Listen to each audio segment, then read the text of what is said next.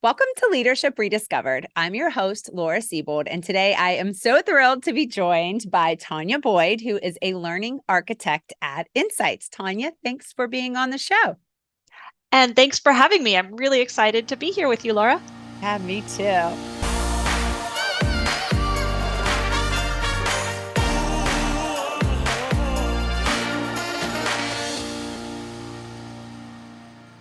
So, Tanya Boyd is a learning architect at Insights. She brings over 20 years of consulting and teaching experience to her role at Insights. She has a PhD in industrial organizational psychology and has worked as an internal and external consultant as well as a university instructor. Before joining Insights in 2013, Tanya worked for and consulted with organizations across the globe, including Boeing, Microsoft, Collective Brands, and Seattle Pacific University. Tanya has co-authored several articles on learning from experience and contributed to a book on leadership published by the Center for Creative Leadership. Tanya was also part of an international startup in the equestrian field, living in Germany, and spent some time as an ordained minister. Fascinating. Tanya came to Insights to follow her passion for helping individuals and teams develop and perform to their highest potential. Her varied background and strong listening skills allow her to help clients get to the heart of an issue in order to move to new levels of performance. Her calm presence fosters an atmosphere of trust and optimism. Tanya completed her BA at University of Washington, received her Master of Divinity from University of Dubuque Theological Seminary, and completed a Master of Science and a PhD in Industrial Organizational Psychology from Seattle Pacific University. She has also trained through Green Belt of Six Sigma. Tanya loves living on beautiful Whidbey Island in Washington State with her husband and three little children. They spend their time tending a garden, biking, cooking, reading, and exploring the outdoors.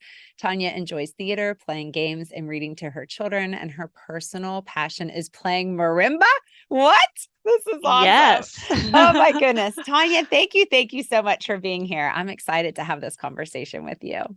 Absolutely. Me too. And it's always interesting to hear kind of your whole life gone through in a few minutes. So read by someone else, right? Yeah, right. Absolutely. Now, with this podcast, a lot of what I'm trying to focus on is looking at different types of leadership, different definitions of leadership, styles of leadership, and also focusing on tools and practices and processes that can help leaders as well. And so I'm doubly excited to have you, number one, as a leader who has leadership experience, but also as someone who can speak to one of my favorite tools, which is Insights Discovery. So we're going to cover both topics today in this conversation. Yeah, a twofer. We're getting a twofer. Everyone's getting a twofer today. So I would love to start focusing on Tanya and just exploring your leadership journey a little bit, if you don't mind, bringing this bio to life and telling us about you and the journey that you have been on as it relates to leadership. Yeah, absolutely. Happy to do that, Laura. And it's interesting. I didn't ever really set out to be a leader. That wasn't a childhood goal to become a leader of some sort. And I probably would have put myself more in the kind of what I would have called a follower at that point, kind of in the supportive role there. Mm-hmm. But through the course of my life, I think I've found myself leading or kind of being in leadership type positions in different situations. And I think that has influenced how I see leadership and how I see effective leadership being able to take place. When my first career journey or direction was actually to go to veterinary school. I wanted to become an equine, a horse veterinarian. Yeah. That was where I was headed initially. But then I changed direction at one point and actually went to seminary because I felt called to some kind of ministry. So, already my career path has been quite twisty even from the beginning. And then when I was at seminary, what was interesting is that, and I don't actually even know quite why this happened, but I was asked to take on an interim role as admissions director for the seminary. And that was probably my first leadership type role. So as I was put in this kind of interim role and said, okay, you're admissions director, direct admissions, I had to sort of learn what did it mean to be a leader? How do I do organizational development? What about human resources? Mm-hmm. And I did a lot of reading, talking to people to try to figure out how to be in that role, how to be me in that role. And I found that I actually really enjoyed that kind of reading and those kinds of topics there. So that was sort of the first little spark of, oh, this is interesting. And then there was another twist in the pathway where I was able to be able to combine kind of that admissions and recruitment type work and organizational development with this childhood hobby of riding and training horses. Mm. So this opportunity came to become the North American executive director for a startup company in Germany that was called the International Academy for Equestrian Studies. And I you know, quotes around the title because the title sounds fancy, but it was a little teeny tiny organization.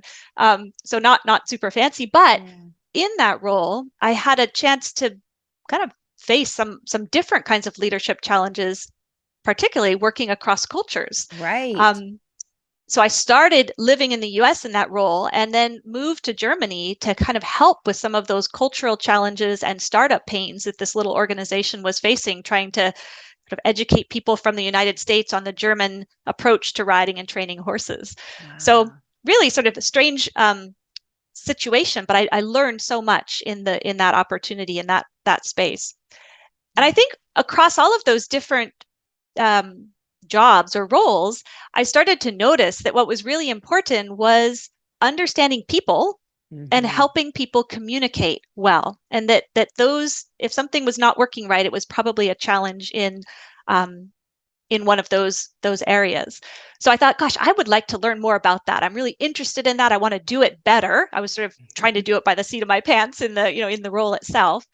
So I decided to go back to school to learn more about people. And first I started in clinical psychology because that's sort of what I thought was the best approach. But in that degree program, I had a chance to experience an industrial organizational psychology course and then loved that and ended up switching that to be my major. And then I did a PhD in that area. Um, so coming out of that, then I graduated and taught in a business school for a while. So I really enjoyed the teaching aspect of that, Hmm. and then was able to work as an internal and external consultant for organizations in some organizational development type roles, and then found myself making my way to learning and development through Insights. And kind of the fun fact about Insights and how I came here is that my dad actually was an accredited Insights practitioner at Boeing, and when he Oh, went through his accreditation, he used me as one of his guinea pigs. So I took the yes. profile and had him sort of talk me through it, and I was like, "Wow, this is pretty cool." So years later, probably 7 years later or so after that, a role opened up at Insights. My dad actually thought about applying, but decided he would tell me about the role instead. So then I applied and joined Insights 9 years ago. So it's Oh kind of my a funny story gosh. there.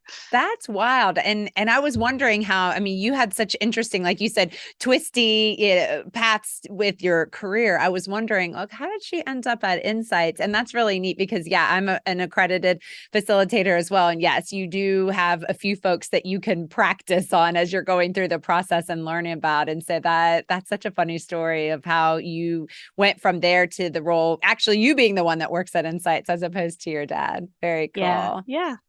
Well, and I'd love to hear your perspective on just, especially as it relates to personality. I know we're going to get into that more here, but just, I definitely see some themes going across each of these career turns that you had. And I'd love to hear, your perspective as you look back on all the turns that you've made so far in your career, things that maybe were consistent across all of those roles or things that really kept getting in front of you, being put in front of you as opportunities for you to add value based on the gifts that you have.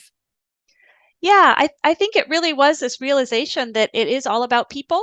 And Mhm. maybe I thought about leaders as being sort of the one standing up front, telling other people what to do initially, right? But to realize that in each role I was in, I ended up kind of leading or helping Yeah. people get somewhere that we wanted to go, they wanted to go, I wanted them to go, somebody else wanted us all to go. Yeah. Not by standing there and sort of dictating there, which was maybe a view I had of leadership as a younger person, Yeah. but to realize that there are many different approaches to leadership, and it all comes down to people and really understanding understanding people's desires, interests, needs, differences, Mm-hmm. leveraging those differences, not trying to make everybody the same or figure it's the same pathway for everybody, but just really being curious about who I am, who other people are, and then how do we actually leverage those differences to be even more effective together? How do we leverage those differences to get where we need to go? So I think that's kind of what I ended up noticing across all of Yeah. these different, whether it was in horses or seminary or a new business or teaching. There was always Yeah. obviously an element of people. That's the commonality across that. Yeah, absolutely. And I want to go in a direction on that. But before I do, I have to ask because I don't want to forget to ask you the question of just based on your experience and your perspective, what is your definition of leadership? Well, I was thinking about this because you do a podcast on leadership. You probably have quite a library of definitions of leadership. There's some commonalities across them, but there's probably some differences too. Yeah. I think leadership is kind of difficult to define, but from my perspective, it's something that you often recognize it when you see it, but it might be kind of Mm-hmm. hard to actually put it into words. But because of my background in studying, I think I take my definition of leadership from Peter Northhouse's book on leadership that I read during Yeah. my studies, and he really focuses on the influencing part. So saying leadership is really the ability to influence a group of individuals to achieve a common goal. So I Mm-hmm. think that's kind of how I've seen it in lots of different situations. So it's about influence, not making somebody, not forcing, not doing nothing, but how do you influence, but also this like a group of individuals who might have different desires and hopes and needs and wishes, but how Mm-hmm. do we get that group of individuals to come together for a common goal, whatever that is. So I think that Yeah. kind of encompasses how I would see leadership in lots of different situations. Yeah, and that word influence can be really tough for some of us leaders because you're right. I think understanding and getting clarity on what the goal is, knowing who all needs to be in the room and working towards that goal sometimes is while that can be challenging too, but sometimes that's a little bit easier as opposed to okay, well now how do I actually get them there? And what's Right. the best method of doing that? When you were talking earlier about the traditional leadership model of maybe what you thought a leader was, I think many of us sometimes think it's just the boss, just telling people Mm-hmm. what to do and then they just blindly follow whatever the boss tells them what to do. And I think, in your definition of leadership, yeah, if you think about it from the context of influence, it's not getting people to do something just because you told them to do it. Right. It's a different approach. And so I think that's a perfect segue for us to really dive into the insights conversation because so much of what insights brings to the table is, I think, helping leaders and anyone. I define leadership pretty loosely. So we all have the opportunity to be a leader, regardless of Yeah. title. So this is a methodology that can be helpful to anyone personally and professionally. And so I would just love for you to take us on a deep dive of what is insights, discovery, what's available and how can it help people and leaders in particular. Yeah, no, absolutely. And I think the reason why I like that definition of leadership is because it kind of focuses on the outcome, but not so much on Yes. the how, and it allows for Yes. lots of different hows to get there. And Yeah. that's being able to recognize that there's lots of different leadership styles or approaches, and they can all be effective if we look at kind of what that like how can we get this group of individuals to this common goal. Hmm. And as you know, I mean, insights is about personal preferences and valuing differences. Yeah. So part of that is, of course, recognizing that there are many ways to be an effective Mhm. leader. There. So yeah, I think I've been with Insights, like I said, for about 9 years. I've been in 5 or 6 different roles. So Excellent. I've been a facilitator of sessions. I've taught our accreditations. I've built custom solutions and then worked on sort of developing our core products moving forward. Um, and I think there's so many applications of this core view that when we can become aware of our Mhm. preferences for ourselves and aware of other people, that is the unlock for just about any kind of effectiveness, whether it's personal effectiveness or team effectiveness or leadership effectiveness. Does Mhm. that kind of resonate with you, kind of the importance of Yes, awareness there? absolutely. Yeah. And I think so much so because, and I was just facilitating an insight session this morning, and, it was to a group of MBA students. And I said, hey, listen, you can be the smartest person in the room, you can have the best ideas in the room, but if you're not able to effectively communicate, if you're not able to effectively build relationships, to influence people in a positive way, it doesn't always necessarily matter how great that idea is that you have, or how smart you are. You might really not be able to be as effective or successful as you were hoping to be or in your head. And a lot Right. of that starts with awareness, understanding what are your preferences, how do you show up for yourself, and then how are you showing up to others as well. And so I know I have the benefit of knowing a lot about insights just based on the time that I've spent with it. But for someone who's listening who has absolutely no clue, what is insights? What are they talking about? What are those colorful blocks that you have sitting Right. behind you on your desk? How would you describe truly the methodology? Teach us a little bit, if you will, Yeah. about insights. Sure. Yeah, absolutely. So I like to start with the purpose. And it's interesting. I don't think all companies have a strong connection to their purpose statement, but Mhm. Insights absolutely does. And we start all of our accreditations with that, with many of our sessions. The purpose that Insights says is to create a world where people truly understand themselves and others, and then are inspired by that to make a positive difference in everything they do. So Mm, that's what Insights exists to do. And our belief is that all effectiveness starts with awareness. And that could be self awareness, it could be awareness of others, or awareness of a mhm. situation or a context or of a particular goal. So that's what we try to do at a big level. And one of the Yeah. ways that we activate that awareness for people is through the Insights Discovery personal profile.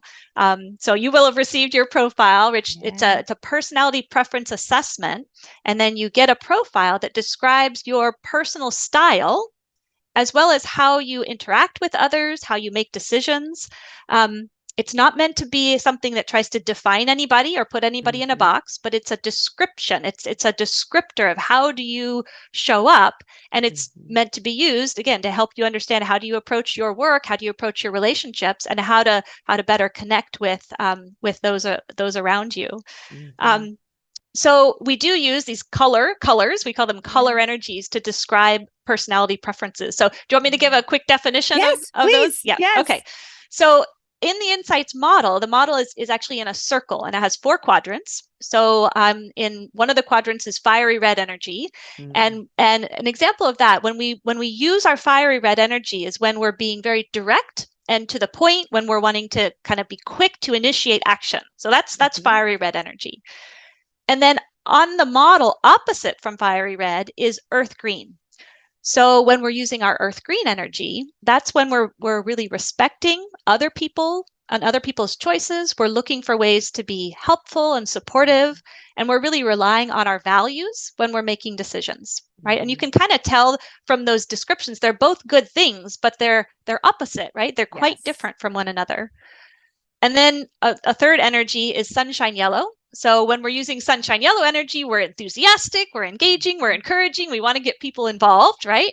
Yeah. And then opposite to sunshine yellow on the model is cool blue. And when we're using cool blue energy is when we're processing things kind of methodically, we're being precise and stating like what has to be done or why or what details we need, or maybe when we're kind of taking time to think through things before Mhm. coming to a conclusion. So those are Yeah.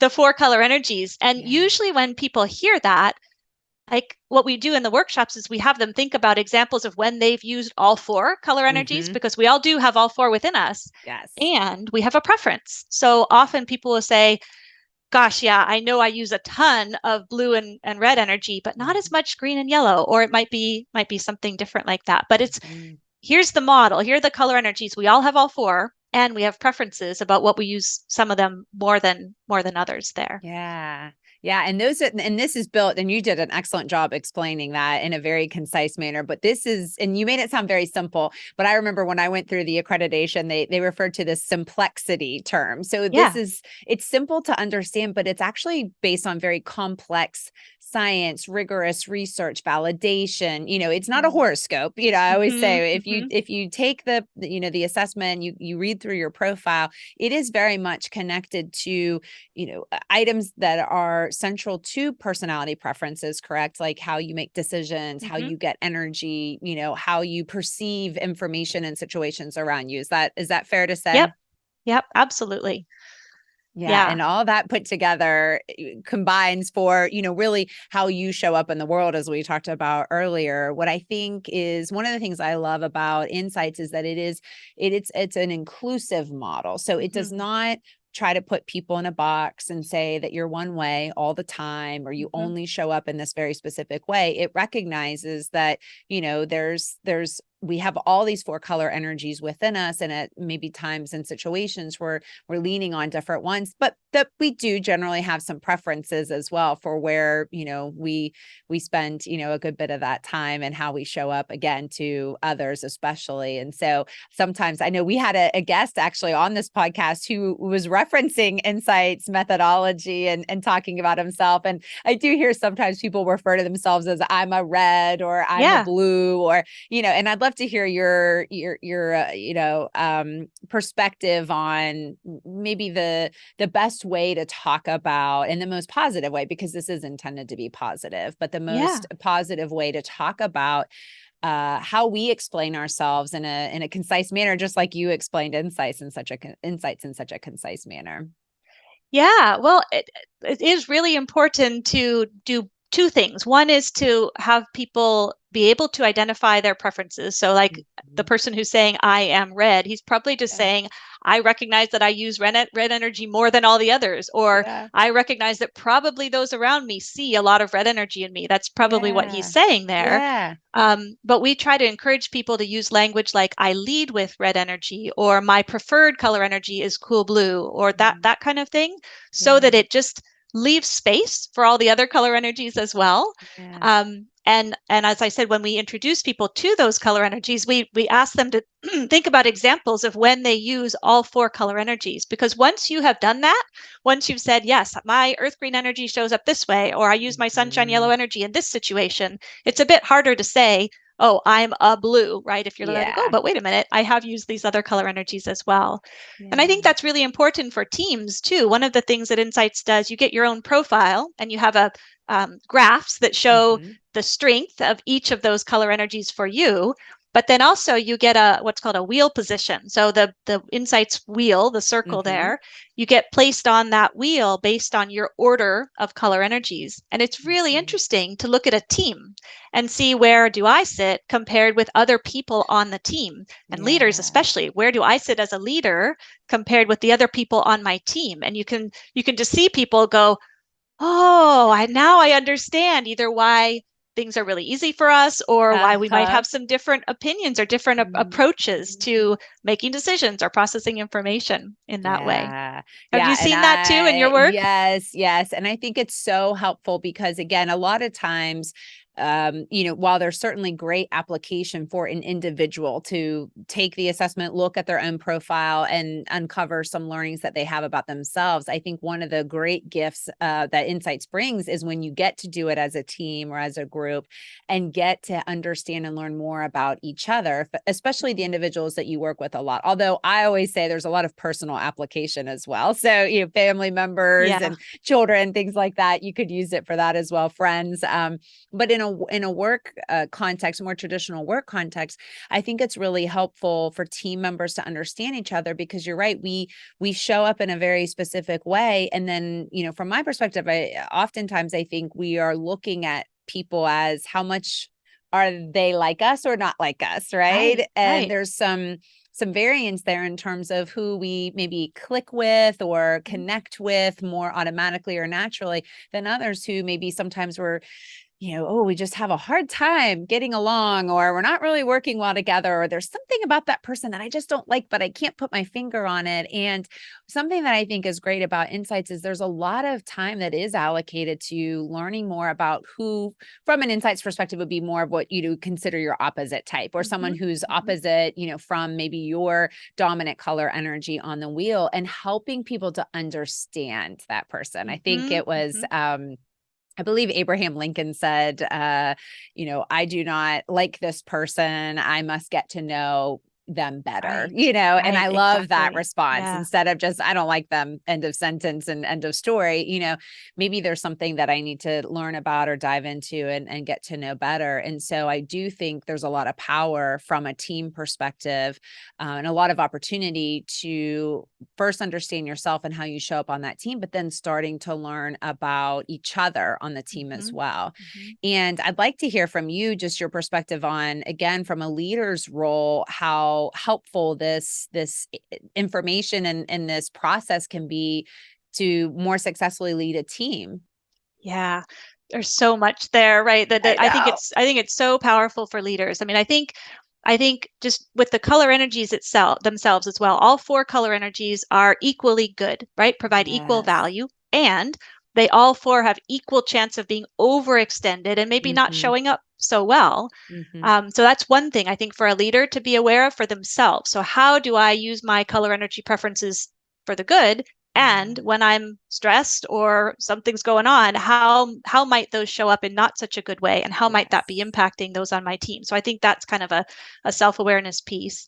And the Yes. other part with that is how might I benefit as a leader from using more of my less preferred color energy? So if say cool blue Mm-hmm. energy is my least preferred color energy, like that's good to know about as an individual, right? Mm-hmm. But as a leader, I really need to make sure that I know how to use that color energy. I learn how to use it, even if it's not my preference, Mm-hmm. not only because that makes me a better leader, just in the things that leaders have to do, but also because I want to make sure that everybody on my team feels equally valued and kind of Yeah. respected. I had probably one of my favorite sort of interactions with a group. Um, I was down at a company meeting with one of our clients, and they brought together leaders from all over the world. Big session. We were doing insights discovery, so I introduced the model, and we did the exercises, and they got their Mm-hmm. profiles and talked about how do you adapt to connect to different color energy preferences and stuff. And after the session, I mean, there was like tons of idea and energy, so it was a lot of fun. Yeah. But at the end of the session, one of the women came up to me and she said, okay, I lead clearly with fiery red and sunshine yellow energy. And she said, somebody in my team, I realize now that he leads with cool blue energy. And she said, I'm really struggling. He's somebody I struggle with, and I see now why we struggle. Mm-hmm. But she said, do you have any tips? Like how do I better work with him or lead him, beyond just adapt to connect? And as we talked a bit more, what I noticed is that she really didn't like cool blue energy, and even in Oh, herself. So I said to her, I yeah. said, can you think about how cool blue energy shows up for you and how it supports you to be effective in your role? And Mm. she was quiet for quite a bit, but then I could kind of see the light bulb go on, and she said, so I won't be able to appreciate my team members' cool blue energy until I can recognize and appreciate it in myself. Like she came to that, and I was like, wow, that's pretty profound. Yeah, And yeah. I think that's so true. I've seen that happen over and over and over now, where like once once a leader really can access and value all the Mhm. color energies within themselves, then their teams feel like they can bring themselves with whoever they are, whatever their Yeah, preferences are, and know that they're contributing and they're seen as valued. And not because yeah. I have seen the flip side of that, where people feel like, ooh, gosh, my leader only values a certain color energy, so gosh, I'd better try to become that. And then Yes. then they lose what there is their strength in that space. Yes. And I have been that person. I have been the odd one out on a team from a personality perspective, where I very much, my experience was, and my reaction, I felt that I was quite different than everybody else on the team. And Mm-hmm. it almost made me feel like there was a preferred style to Mm-hmm. be on that team. And I was not one of those people with that style. And oftentimes I felt, I didn't feel great about it. I felt like, Right. oh, I need to learn how to better, show up like this person over here. I need to be more like this person because that seems to be the style that's preferred in this department. And you're right. We lose, there's so much focus on, and rightfully so. And I'm glad there's focus, but there's so much focus on, diversity and equity and inclusion and Mhm. belonging.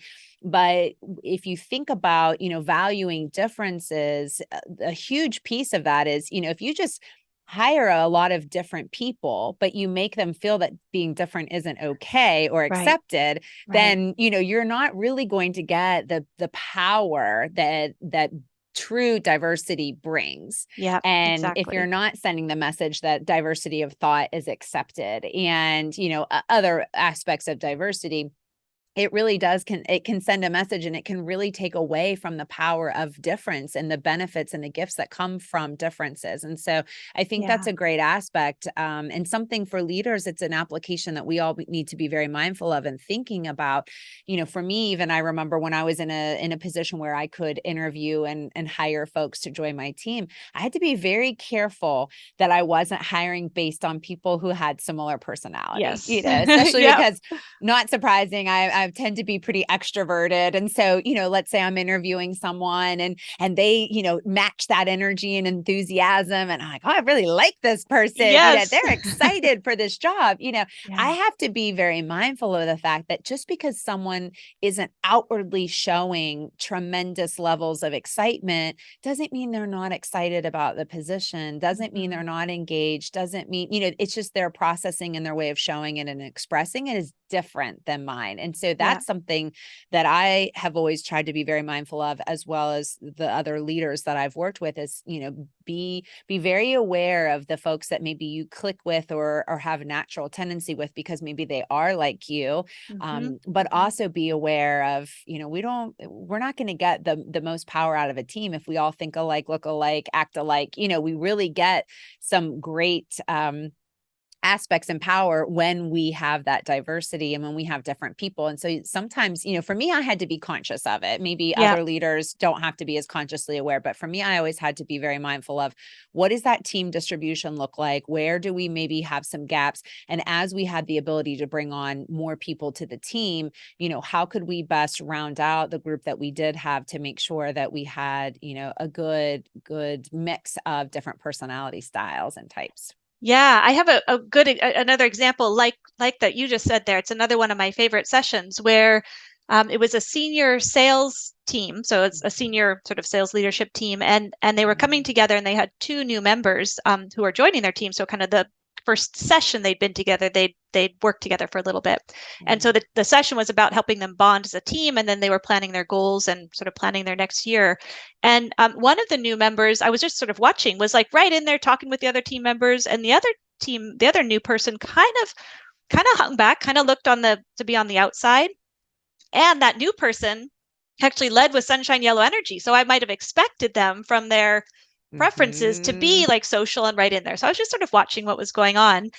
And we had one of the exercises we do is we have every person create sort of a profile, like a wall chart, and they pull out Yeah. key things from their profile that they want to share with their team members. So what's your order Mhm, of color energies? What are your strengths? What are some of your opportunities? What are your communication preferences? Just kind of value to the team. And then we do mhm, a gallery walk. So put those up around the room, and then people can walk around and kind of look at those and have conversations with each other about how they can work together effectively. mhm. So um, before we did that, the walking around piece, I put up the team wheel for them so they could see their team wheel. Oh, And nice. it was so interesting because everybody on that team, including one of the new people, led with either blue or red. So in the Oh, wheel, they were sort of in this wow. top part of the wheel. And the Yeah. one person who led with sunshine yellow was sort of by himself on the team wheel diagram there. Mhm. And it just pointed it out without sort of pointing at him or without him having to point Yes. back and say, "Oh, what's wrong with me?" Yeah. It's on the screen or it's on a Mhm. piece of paper, and they could just look at it, and it allowed them to have this conversation because he said he said, "Oh, that's like I feel really different. I don't know that I fit in here. I don't know that Hmm. what I can bring is really a value. I mean, look at you guys are all up there and I'm over here. I'm like, is this even the right job for me?" And the cool thing was that the leader of that team stepped like right in and he said, "We hired you because of your different preferences." Obviously, they didn't use his Right. preferences in Yes. the Don't hiring use it decision, as but a selection tool. right, right. But seeing how he showed up in the process and what background he Yeah. had and how he like what he brought with him, he said, "We want you because you bring this different perspective." And so he said, in fact, he said, like, do not try to become like some of the rest of us because we'd lose Yes. the value of what you're bringing in that space. Yeah. So then, like going from there to the conversations, then he could stand by his profile poster like proudly and say, "Here's what I bring," and people could Hmm. come up to him and say, "Gosh, that's really different," or "Wow, Yeah. you like to be communicated with that way, I'm this way, how are we going to make that work?" And it Yes. ended up having such positive energy, and I think they left feel where he felt really valued and a part, but like he was Yeah. valued for his difference and for what he could bring. And everybody didn't feel like, oh, he's odd or out, but okay, now we know Yeah. how to work together. So that happens a lot, but I just have this memory of that one particular session that really stood out there. How cool, because I would assume allowed him to feel celebrated, appreciated, acknowledged, as opposed to ashamed or embarrassed, for Right. being maybe the odd one out or the different one. And we can have a whole other conversation on that experience and what that's like. But again, Yeah. I think about all the things that are going on right now with teams and with people and in workplaces, wanting to feel a part of something, wanting to feel valued, wanting to feel like they're making a difference. I feel like I can't go a day without talking to someone who doesn't say to me, I just don't feel like I'm making an impact, and Right. life is short, and I want to work somewhere where I feel like I'm adding value and I'm making a difference and I'm doing Yeah. something good. It's amazing to me how aware people are of fit, and Mm-hmm. do I Mm-hmm. fit, do I belong, where is my best fit, where should I be? And I think one of the great things about insights is that it can help you to understand where how you may show up, how you show up to others, but overall, the fact that yes, you all fit, there is a spot for Right. everyone, and it's good Yep. that there are differences. And here are the ways that, based on your preferences, here's the ways you can beautifully contribute and do great things and reach your potential, not in spite of, but because of those Right. preferences. Yeah. Yeah. And the model gives you a like a non-confronting way to talk about it, right? So Hmm. if you're a leader and you're able to talk to your team about all four color energies, how does fiery red energy support our effectiveness as a team? How does earth green Yeah. energy support our effectiveness as a team? Talk about all four of those. Yeah. When you've talked about that on paper, each person can then see, oh, well, I lead with these energies, so I fit in that space. So Mhm. it's just a way to be able to talk about the value of what everybody can bring without sort of having to go around the room and point to each person, which can be a little Yeah. bit kind of confronting. So that's what I found is one of the usefulnesses of this as well, is just a way to kind of put it down on the table where everybody can look at it together instead of trying to Mhm. sort of point at each other Yes, there. exactly. And you're right. And it's a great way to talk about sometimes some of the frustrations that exist on teams. So I think Right. miscommunication, every organization I go into, it's always, we need to get better at communication. We have opportunities for growth as it relates to communication, just as one, or conflict. And I think Mm-hmm. leveraging the insights methodology and understanding the differences in people's communication preferences alone based on personality preferences and other things, I think you can really break down a lot of barriers and really resolve a lot of frustrations on a team, or inefficiencies on how a Yeah. team operates, and even as individuals, not even in a team context necessarily, but being able to really look at where do we have barriers, where do we have gaps, being as effective as we can, as an individuals, as a Mm-hmm. team, where can I, as a leader, get better? I think, that communication piece is a huge aspect of a learning that someone can get from going through this process. Mm-hmm. Mhm. I just think Yeah. I feel like we've touched on a couple benefits that leaders in particular can get, but what have we missed that we haven't covered around just the benefits? Because I feel like I could go on for days about it. So Yeah, well, obviously I I know like it. there are so many benefits, and I think probably um, I think for leaders in general, I think it's important for leaders to increase their own self-awareness, right? So to Mhm. really understand as a leader, to understand my own preferences and how those impact the way that I approach leadership. So it's like Mhm. circling back to the beginning, to the recognition that there are multiple ways to be effective as a leader. So me as a leader, what are my preferences and how do they support me? And Yeah. what are the ways that I can stretch and grow to become a more effective leader. So I think there's a Yeah. lot that the model can do just to help Mhm. leaders look at themselves and their own personal development, um, as well as thinking about how do my preferences come across to others and come across to those that I lead. I think that's important. Yeah. The second piece, though, and I think really tied to where we are right now in the world, I think, self-awareness is something we've known about for a while, the power Mhm. of that. But right now, I think the world also needs more, I call it other awareness, like Yes. awareness of other people. People are Yeah. suffering, people are challenged. We've come, in this pandemic, there's well-being, there's Mhm. DEIB, there's all these things that I think are just really important Mhm. to be aware of in the people around us, and leaders in particular. I think leaders are in a good place to be the ones to be aware of that Mhm. if they're willing to go there and take the time. And it is time, it is effort to do that. But I think a model like Insights can help open those conversations, right? So you could either Yes. use the profile. There's a good page in the profile. One is on like my management style. So as Oh, a leader yes. at what is my style? There's some suggestions. And then there's also managing me. So how do I like to be managed? And it's Mhm. really fun to have a good conversation between a leader and a person on their team to say, well, Yeah. here's my management style. And the other person says, well, here's how I like to be led. And Yeah. like to look at where those match and where they don't, but at least to call them Yeah. out, right? And be able to have that kind of conversation. So I think it's Mhm. self-awareness, yes, but I think right now it's how can I become more aware of other people? What are they going through? What would actually motivate them? What do they need? Um, Mhm. not leading people the way I want to be led, but being able to lead them the way they want to be led. So I think Yeah.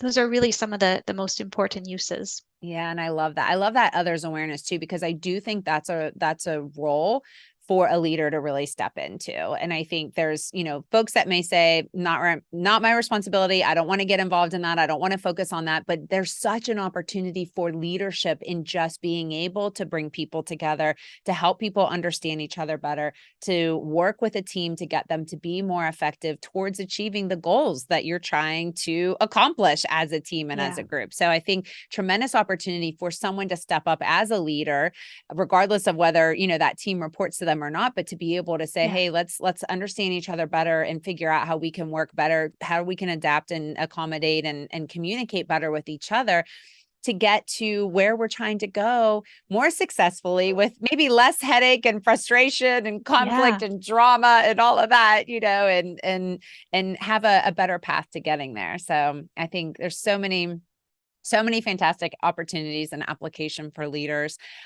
This Zoom has zoomed by, so I want to make sure we're not leaving anything on the table here. But what else? Anything else that we want to make sure that we cover in our conversation today? Well, I think it would just be one little add to that piece that came into mind. Again, not only are we facing the wellness challenges and stress challenges, we're also facing Mhm. skilling challenges, right? Skilling, Yes. upskilling, reskilling. And that's like, what's the role of the leader in doing that? Yeah. And how can awareness help, right? So Yes. rather than putting your folks through just the standard, everybody goes through the same training programs, Mhm. using awareness to Mhm. say, well, like, what does each person already know? What are their strengths? What are their particular gaps or needs? And how can I Mhm. leverage their what they how they want to learn, how they what their hopes and dreams are to design a Mhm. pathway, a skilling pathway that really matches for them.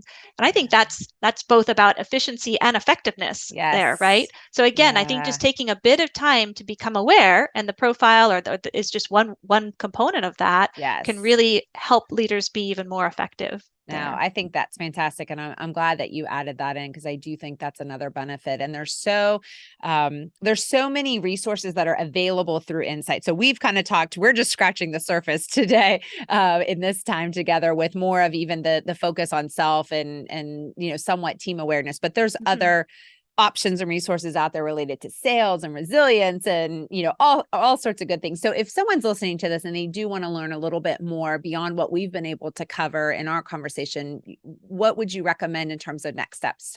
Yeah, absolutely. I mean, I think the easiest is just go to the website, right? It's at Yeah. www.insights.org there. So you can go there and take a look and see what all the options are. And like you said, there's opportunities to explore profiles for individuals, for teams, for leaders, and Yeah. and more. And then if you're interested in becoming accredited, so Oh Insights yeah. can provide facilitators to work with companies or teams. Mhm. Insights can accredit people to do this work themselves and Mhm. integrate it into other programs. That's actually the best way that it works, is when it's not a Yeah. standalone little thing, but when it's really integrated into existing programs that somebody might have within their organization. So probably the Yeah. best place to start Oh, there. that's fantastic. Thank you. I love that. Okay, well, I have a preference for having fun. So I was Great. hoping I was hoping you would do a lightning round with me just to round out the session if you don't Of mind. course. Yeah, Okay. I'm ready. All right. How this works is 60 seconds to answer as many open-ended questions as you can. Okay. Okay. All right. On your mark, get set, go. What season best fits your personality? Spring. I love the transition from the cold to the warm. I love it. Okay. What is your most used emoji in text? Um, pro- probably the wink. Oh, cool. Okay. What is something about you that surprises people when they first hear it? That I've skydived. Oh, wow. Okay. That is surprising. And your history is fascinating too with everything else. So that's all surprising. Fill in the blank. I spend too much money on. Oh, coffee? Mm, oh, I support that. What celebrity would you want to play you in a movie?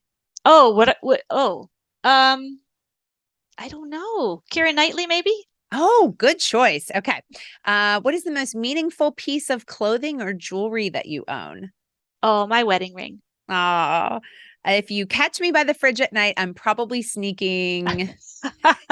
Kombucha. Actually, I love kombucha. Oh, awesome. Okay, very good. Hey, you got through a lot of those. Well Oh, done. good. Yeah, that was Okay. a quick minute, wasn't it? Tapping into the intuition, right? Just Yeah, go with the first thought. exactly. Well, Tanya, I do appreciate you being a part of this conversation and educating people on insights. I know I can personally talk to the benefits of insights for days and days and days, but it is helpful to have someone from the organization here and sharing your knowledge and insight about the all the wonderful gifts that you can get from both knowing yourself and others around you. So I just want to thank you so much for being here and sharing your insight, no pun intended, with us. Aha, we love the puns.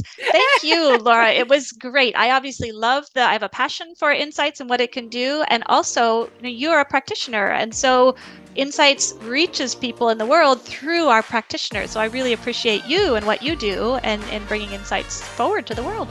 Absolutely. I'm very passionate about it. Happy to do it. So thank you again. And with that, we will wrap the show. That is all the time we have for today. Thank you for everyone for watching Leadership Rediscovered. And until next time, shine bright, everyone.